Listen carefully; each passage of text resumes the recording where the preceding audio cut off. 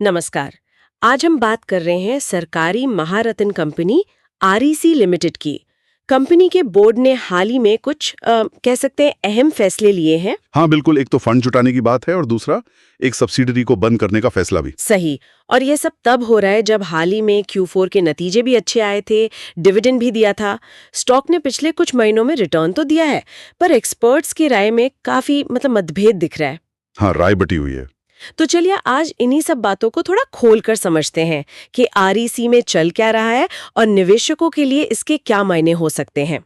सबसे पहले बोर्ड के फैसलों पर आते हैं। ये जो 1,55,00,000 रुपए जुटाने की योजना है, हाँ, इसे मंजूरी मिली है। ये पैसा प्राइवेट प्लेसमेंट के जरिए आएगा, नॉन कन्वर्टेबल बॉन्ड्स या डिबेंचर्स से। जी। पर ये रकम एक महारत्न कंपनी के हिसाब से क्या ये थोड़ी कम नहीं लग रही? 1,55,00,000। हाँ, ये बात तो है। मतलब ये रकम अपने आप में काफी छोटी लगती है उनके स्केल को देखते हुए।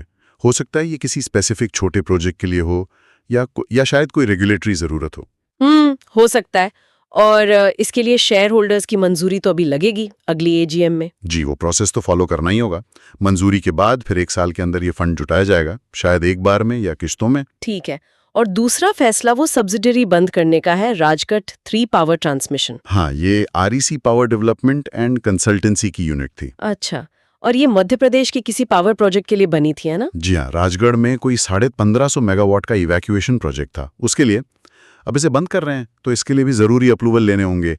ये दोनों चीजें एक साथ होना, फंड्स जुटाना और एक प्रोजेक्ट स्पेसिफिक कंपनी बंद करना, ये थोड़ा सोचने पर मजबूर करता है। हाँ। क्या ये कैपिटल एलोकेशन स्ट्रैटेजी में कोई बदलाव है या सिर्फ उस एक प्रोजेक्ट का एंड ऑफ लाइफ है? कहना मुश्किल है अभी, पर जैसा आपने कहा रकम छोटी है तो शायद ये कोई बड़ा स्ट्रैटेजिक शिफ्ट ना हो सकता है ये सिर्फ एक रूटीन एडजस्टमेंट हो।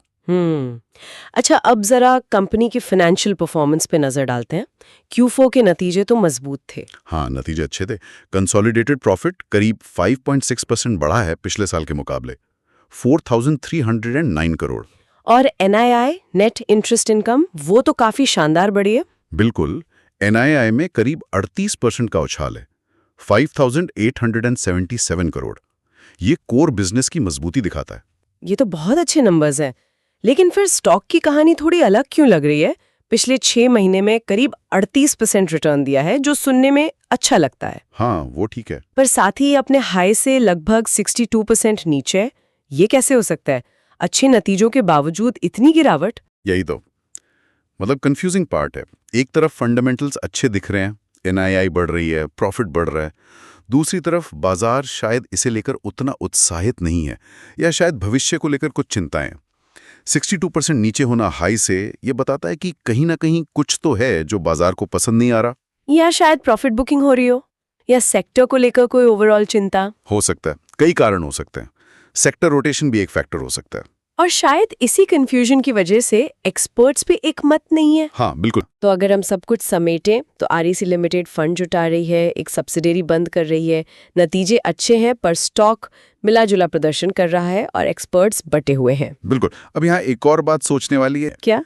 देखिए, हमने फाइनेंशियल और टेक्निकल की बात की, लेकिन आरईसी पावर सेक्टर की फाइनेंसिंग में एक बहुत बड़ी भूमिका निभाती है। तो आगे चलकर सरकार की नीतियां कैसे बदलती हैं, खासकर एनर्जी ट्रांजिशन को लेकर, रिन्यूएबल्स पर फोकस। हाँ, या कोई रेगुलेटरी बदलाव। एग्जैक्टली। इन चीजों का आरईसी के लॉन्ग टर्म भविष्य पर क्या असर पड़ेगा, ये जानना बहुत जरूरी होगा। आज के आंकड़ों से शायद ये पूरी तस्वीर ना मिले। ये बहुत अहम पॉइंट है। लॉन्ग टर्म में तो यही चीजें ज्यादा मैटर करेंगी। और हमेशा की तरह हम अपने श्रोताओं को याद दिलाना चाहेंगे कि कोई भी निवेश का फैसला सोच समझकर और अपने वित्तीय सलाहकार से सलाह लेकर ही करें। बिल्कुल, अपनी रिसर्च जरूर करें। Thanks Alina and Gautam for your information. अगर आपको हमारे एक्सपर्ट की एडवाइस सही लगी तो वीडियो को लाइक एंड शेयर कर दीजिए, साथ ही साथ चैनल को दोस्तों सब्सक्राइब